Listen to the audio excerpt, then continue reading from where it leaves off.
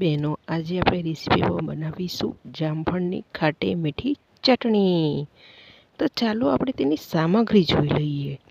જામફળની ખાટી મીઠી ચટણી બનાવવા માટે સૌપ્રથમ તો સામગ્રીમાં 2 મધ્યમ કદના પાકા જામફળ સમારેલા, 1/2 કપ લીલી કોથમીર, 1/2 જેટલા લીલા મરચાં સ્વાદ અનુસાર નાખવા માટે, 1 નાનો ટુકડો આદુ, 1/2 જેટલું જીરું, ચમચી 1 ચમચી લીંબુનો રસ, 1 થી 5 ચમચી જેટલી અડધી ચમચી જેટલી ખાંડ અથવા ગોળ, મીઠાશ માટે સ્વાદ પ્રમાણે 1/4 જેટલો સંચળ પાવડર જે કાળું મીઠું કહેવાય છે તે, અને સ્વાદ પ્રમાણે મીઠું અને ચપટી હિંગ નાખવી। હવે આપણે તેની રીત જોઈ લઈએ।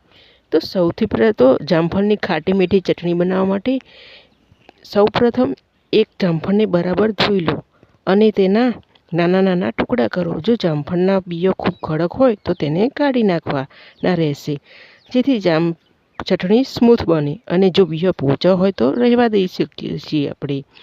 હવે 2 બ્લેન્ડિંગ મિક્સર જારમાં જામફળના ટુકડા, કોથમીર, લીલા મરચાં, આદુ અને જીરું લો। 3 નંબરમાં જોઈએ તો મસાલા, તેમાં સ્વાદ મુજબ મીઠું, સંચળ, ખોળ કે ગોળનો ઉપયોગ કરાય, લીંબુ અને હિંગનો રસ ઉમેરો। સંચળ અને જામફળનું કોમ્બિનેશન એટલે કે ભેગું કરવાનું, મતલબ સાદી ભાષામાં જોઈએ તે ખૂબ જ ટેસ્ટી લાગે છે। હવે તેમને પીરસવાની રીત, તો બધું બરાબર પીસી લેવાનું। જરૂર પડે તો તેમાં 1/2 અડધી ચમચી જેટલું પાણી ઉમેરવાનું, પરંતુ આ ચટણી બહુ પાતળી ના થાય અને ઘટ હોય તો જ સારી લાગે છે, એ રીતે કરવાનું। 5 નંબરમાં આપણે જોઈએ તો સર્વિંગ કેવી રીતે કરવું, તો તૈયાર થયેલી ચટણીને એક બાઉલમાં કાઢી લો। આ ચટણી માત્ર સ્વાદિષ્ટ નહીં પણ જામફળ હોવાથી પાચન માટે પણ ખૂબ જ ગુણકારી છે।